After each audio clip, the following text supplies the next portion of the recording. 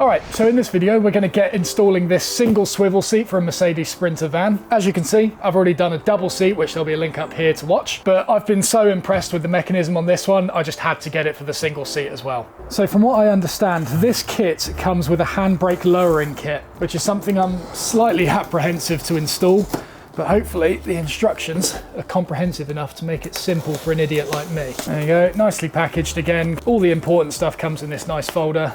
It's really nice, this. Right, so first, we're going to read the instructions cover to cover to see what we're in for.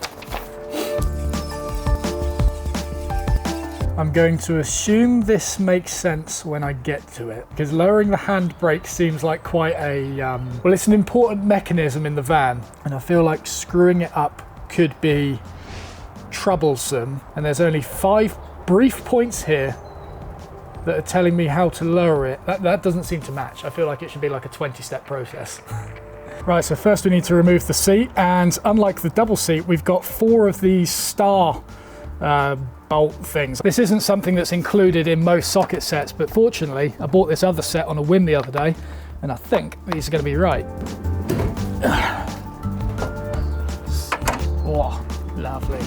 Okay, so for this I needed an E14 Torx bit, I guess. Is this a Torx bit? No, because that'd be a T. I don't know. E14, that's what this is. That little tab needs to be pushed down.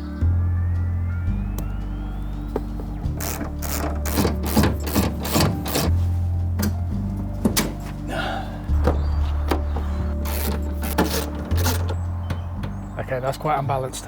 We'll just pop it down on something soft so it doesn't scratch my lovely paintwork. And unlike the other one, it says to leave the seatbelt attached for this, so no need to faff around with that. Oh, hello. Bit lighter than the double seat. Okay, the instructions state that the swivel seat comes in the correct orientation with the heavy lugs towards the back of the chair and the sticker towards the front. And I'm assuming that'll make sense. These are seriously nice quality. Like seriously, the edges are so nicely rounded, I wouldn't even worry about getting my fingers trapped in the mechanism of this. So those look to be the heavy lugs. So we're gonna go heavy lugs at the back, sticker at the front. Hang on a sec. That's not gonna fit through there, is it? Oh no, do I need to unwire that? Bum. I haven't done any wiring yet. That's not as simple as I thought it would be. Ow. Green is number 2, purple is number 1. So I figured I'd be coming across these clips quite frequently while converting the van, so I figured it would be worth putting in the investment up front to figure out how to properly disconnect them or what the names of them even are. I wasn't able to find anything at all, so I just had to go for it. Okay, so to do this, what I somehow managed to do was lift up this tab, which was originally in there. I did that by using a small screwdriver. Not sure that's the best way of doing it. Not sure if it's even necessary, but to get the wires out, what you need to do is get a small pin, preferably one that's not that sharp on the end, and push that into these holes while slightly tugging on the wire below. I'm sort of pinching the wire and then rolling my thumb forward to put pressure on the back of the clip. And what you'll find is they should just clip out. So there you go, there's the first one. I'm just going to push it back in to see how well they clip. Okay, so they clip really nicely back in, so this is definitely the way to do it. Oh, okay, so I passed the first one, and it looks like I need to do it again, which is a reason to lift this up. This is pretty bloody fiddly. All right, green is out. Yes, go through there. There we go. It definitely helps having one seat swiveled already for this. All right, so big old lugs at the back, sticker at the front, wires through the middle. Okay, so now I need to get the other bolts in there. To get access to that, I need to take this top plate off. So we'll carefully remove that. Or I guess, oh yeah, just pivot it. That makes sense. Actually, looking at the instructions, it says loosely insert the 4x countersunk M10 bolts provided. Provided, is that what's in one of those boxes? Okay, well they certainly look like M10 bolts. Ah, I see, yes. Because, right, okay, that looks to be the handbrake lowering plate. Yes, that makes sense. The screws provided are countersunk, as are the holes in the base plate. Ah, yeah, of course, because the plate's not going to be able to slide if there's a massive bolt poking out of it.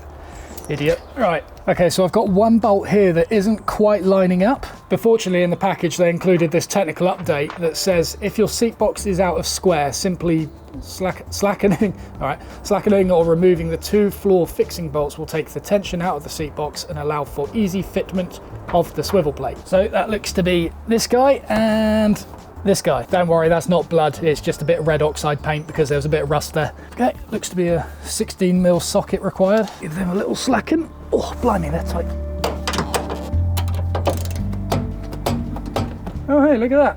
It pretty much lines up. It's nearly there. That has definitely helped. Let's try and do a bit more. This is where my furniture making skills come in. Just a few small taps from one of the corners should help knock it into square. There we go.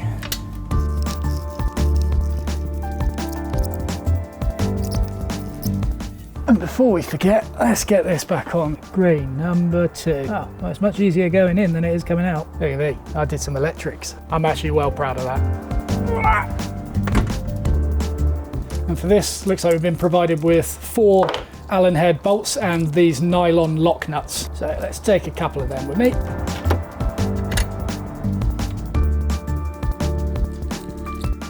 So I might as well get this connected while I'm here, and I. Okay, looks to be plenty of slack in that, so I'm not worried about that binding at all.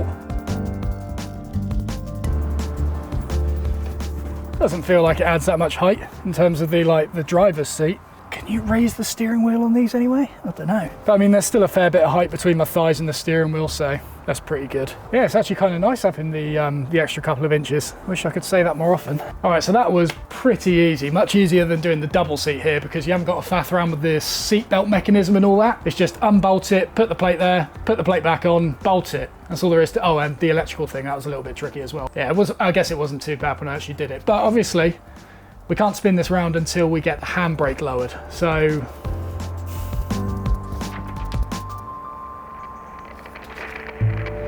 so the first thing I need to do is put the van in gear to stop it rolling when I lower this handbrake. Can't do that because the seat is hitting it at the moment. Let's try. Yeah, this was one thing that needs bedding in with this van. This gearbox is a little bit sticky. Now, we're on leveling ramps at the moment, so we'll see if we roll back.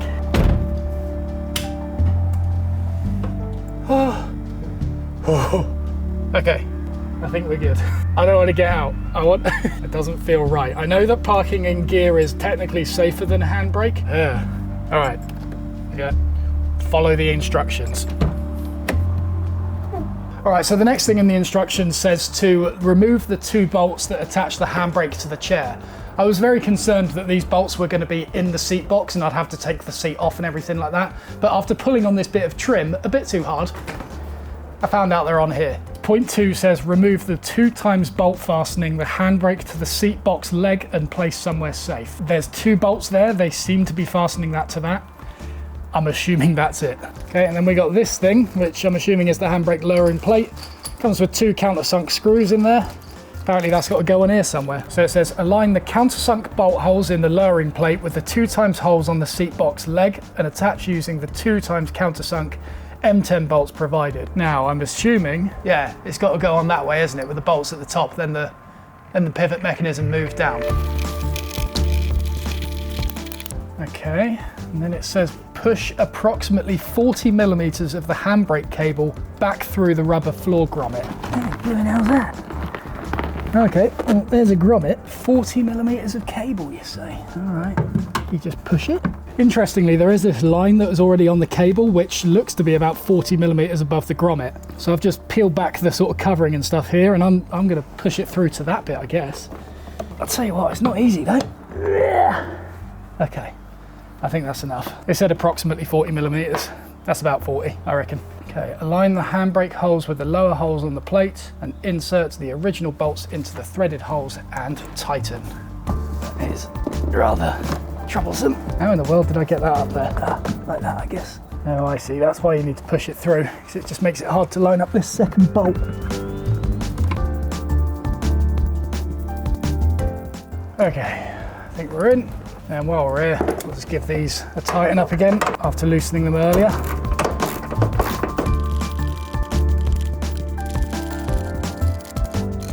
Okay, so it says it's not compatible with the rear plastic trim that's fitted on some vehicles.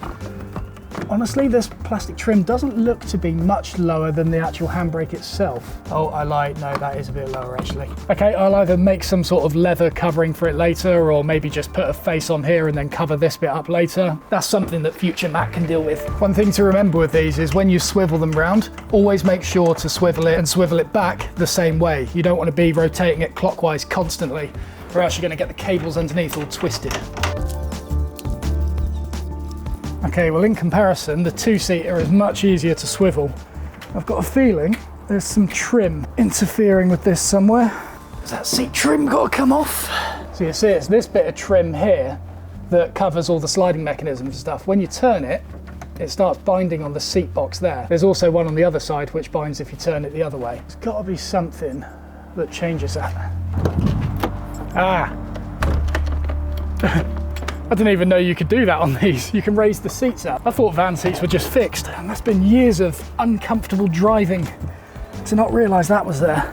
I feel a bit of a twonk for never realising that before. It's a bit of a squeeze, but definitely be easier with the door open. Yeah, much easier. Okay. Oh, that's going to be handy. Can still use the seat sliding mechanism. But yeah, this sliding mechanism is great because I'm looking at getting a bench in front of me here, so that could actually double up as a footrest now while having a fully adjustable seat. All right, so that is 2 swivel seats installed. Very, very happy with the mechanism, so much better than expected. I reckon in terms of difficulty, they were both as easy or as difficult to install as each other. The double seat, messing around with the seatbelt mechanism was a little bit tricky. This one, having to mess around with the handbrake, a little bit tricky, but overall, it's nothing that an idiot like me can't manage, so very happy with that. So yeah, if you're doing a van conversion yourself, I'd definitely recommend looking into these. So as always, thank you very much for watching. If you enjoyed the video, please don't forget to press the like button, subscribe if you haven't already, and I'll see you in the next one.